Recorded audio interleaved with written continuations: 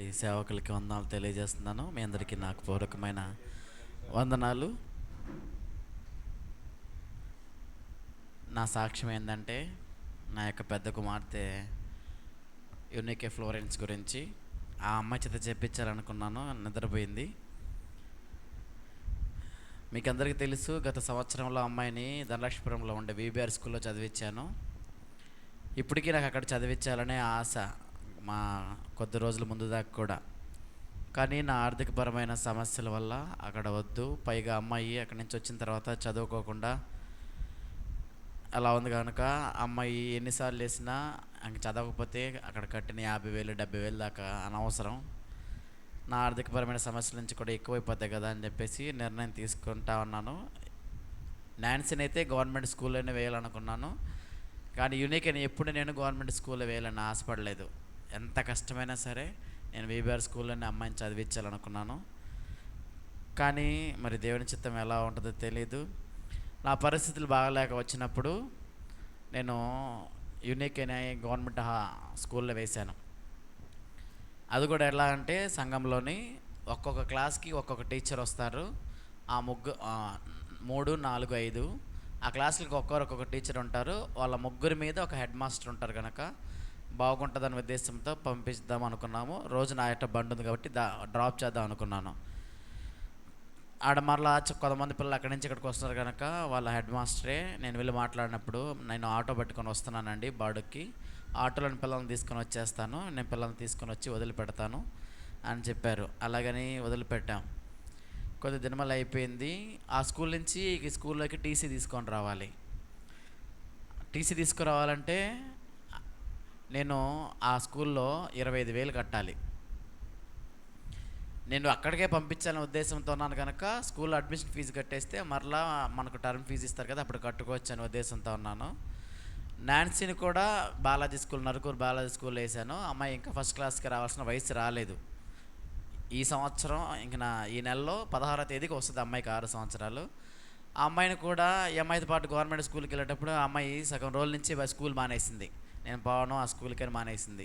Elementary school అక్కడ అంగన్వాడికి వెళ్తానని చెప్పింది. అక్కడ కొద్ది రోజుల తర్వాత మళ్ళీ అక్కడ కూడా వెళ్ళను, నేను అక్కతో పాటు వెళ్తానని చెప్పింది. అంటే స్కూల్ ఓపెన్ చేసిన ఫస్ట్లోని రామలింగాపురంలోనే స్కూల్కి కొద్ది దినములు పోతే సార్తో అమ్మాయితో పాటు వెళ్ళిపోతే సార్ కూడా రానిలేమ్మా అన్నట్టుగా ఉండాడు. ఆ తర్వాత యూనికేని ఇక్కడికి మార్చేసాము.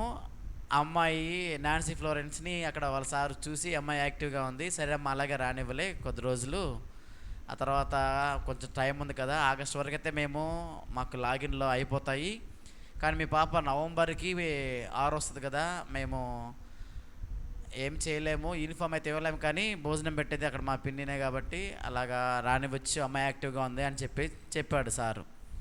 యూనియన్ ఇక్కడ వేసేసాము. తర్వాత వాళ్ళు సర్టిఫికేట్ తీసుకురమ్మంటే తీసుకొస్తాను సార్ అని చెప్పాను. కొంత అమౌంట్ వేరే దగ్గర ప్రయత్నిస్తామంటే అవ్వలేదు. మధ్యలో నేను గృహం కట్టుకోవాల్సి వచ్చింది. సో దానికి అయిపోయినాయి, లేకపోతే ఇవన్నీ క్లియర్ అయిపోయి ఉంటుంది. ఒక దినాన వాళ్ళు ఇన్స్పెక్షన్కి వచ్చినప్పుడు హెడ్ మాస్టర్ ఆల్రెడీ తెలియచేశారు. హెడ్ మాస్టర్ అమ్మాయిని అరిచారంట, అమ్మ మీ నాన్న తీసుకొస్తే టీసీ తీసుకొని రావట్లేదు, ఇక్కడ లాగిన్ చేసే టైం కూడా అయిపోయింది, ఇక చేర్చుకోవడానికి కష్టం అవుతుంది అని ఆగిపోవాల్సి వస్తుంది అని చెప్పినప్పుడు, చాలా దినాల నుంచి బిడ్డ ఏడుస్తుంది, నేను కూడా ఏమీ చేయలేని పరిస్థితి, నేను కూడా ప్రార్థన చేయమ్మని చెప్తా ఉన్నాం, ప్రార్థన చేస్తున్నాం.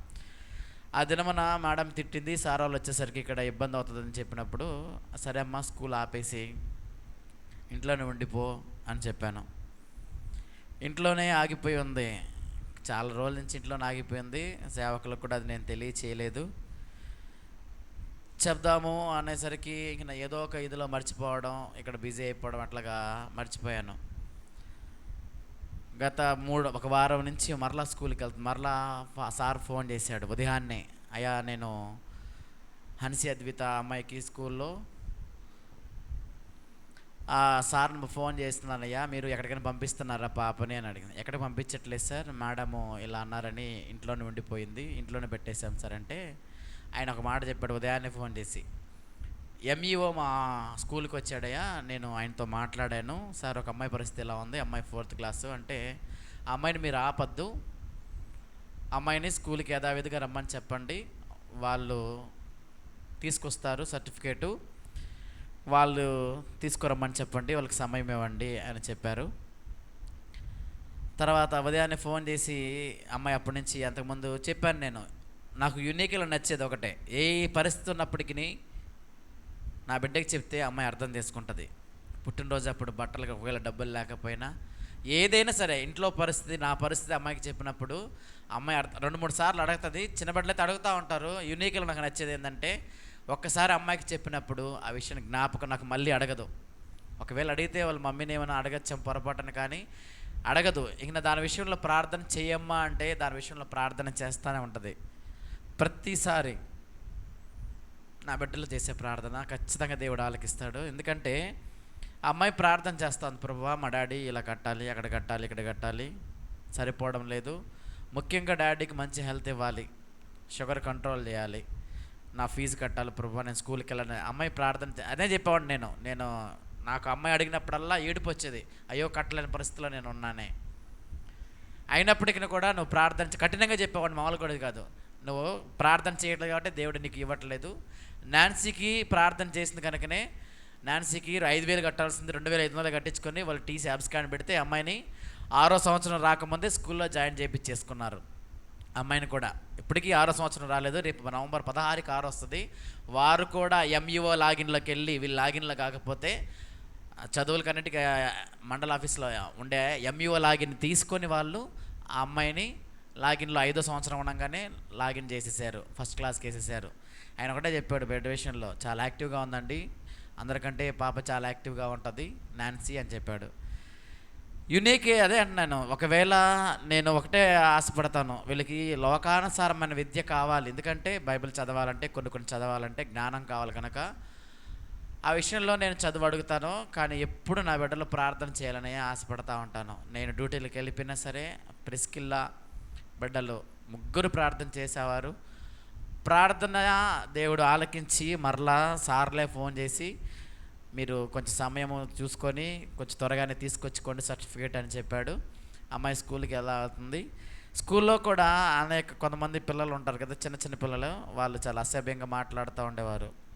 అమ్మాయి చెప్పి ఆడస్తూ ఉండదు, అట్లానే భయపడే వాళ్ళమే, అయ్యో ఏం జరగద్దని. ఆ బిడ్డ ప్రార్థన చేయమని చెప్పేవాడిని. ఆ బిడ్డ వాళ్ళ కోసం ప్రార్థన చేసినప్పుడు సారు వాళ్ళని గద్దించినప్పుడు ఇప్పుడేం చెప్పడం లేదు, నన్ను ఎవరేం మాట్లాడలేదని చెప్పింది. కానీ చాలా ఏ విషయంలోనే సరే నేను ప్రార్థన చేయమని చెప్తాను బిడ్డలకి. నేను ఒకవేళ డ్యూటీలో ఉండి అలసిపోయి చేయలేకపోయినా నా బిడ్డల ప్రార్థన దేవుడు ఆలకిస్తూ ఉన్నాడు. అది కూడా కాకుండా ఈ మధ్య కొన్ని దర్శనాలు నాకు అవుతా ఉన్నాయి, బిడ్డలకి ఏదో అవుతున్నట్టు. 1 సంవత్సరం ముందే సేవకులతో మాట్లాడని చెప్పి ఉన్నారు, నాకైతే గుర్తులేదు నా పెద్ద బిడ్డ విషయంలో ఏదో జరిగిందని.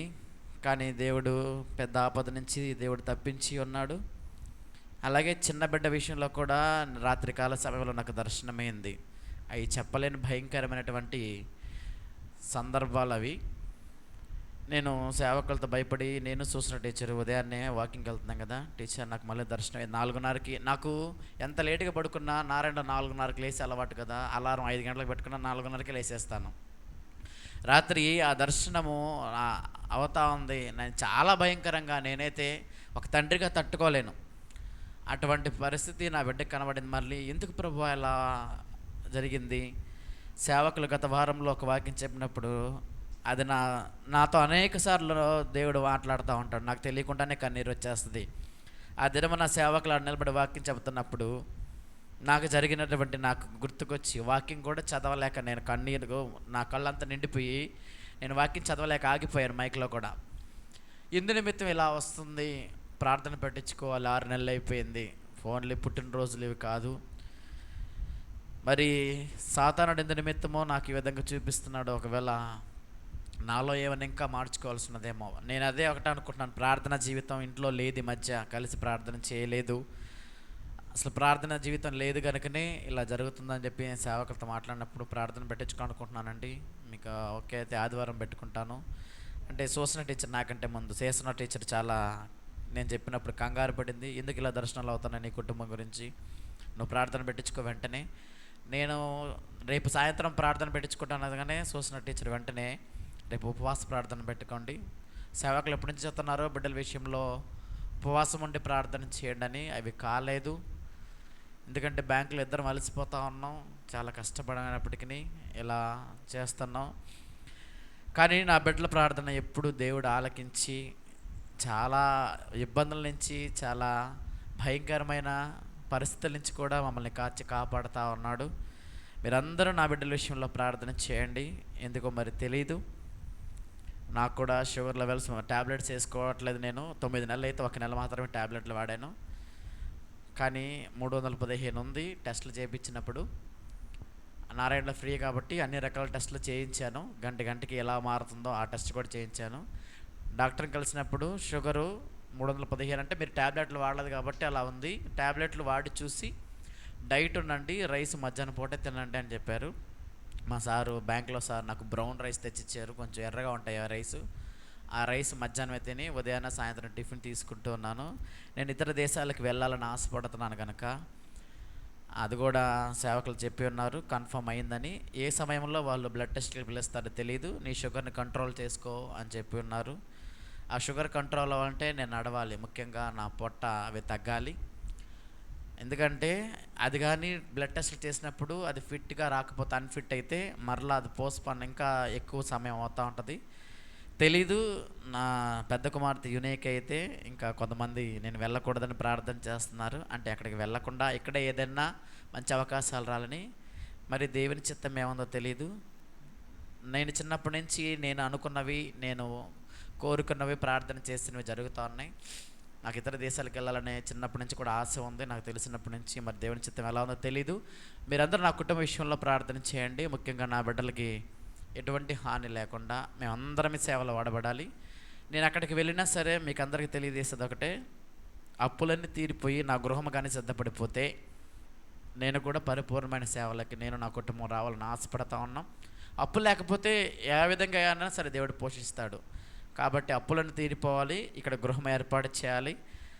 ఆ గృహం మీద సేవకులకి నేను ఒక గదిని ఏర్పాటు చేస్తానని చెప్పి ఉన్నాను. అవన్నీ సిద్ధమైపోతే నేను కూడా పరిపూర్ణమైన సేవలోకి వెళ్ళిపోతాను. అంటే సిద్ధమైతేనే వెళ్తామని కాదు, కానీ అప్పులుండి ఇలా వెళ్ళిపోతే ఎదుటి వారికి ఏం చెప్పలేము సమాధానం. ఆ ఉద్దేశంతోనే ఇతర దేశాలు వెళ్ళి అవన్నీ క్లియర్ చేసుకోవాలని ఆశపడుతున్నాను. మీరందరూ నా కుటుంబ విషయంలో ప్రార్థన చేయండి.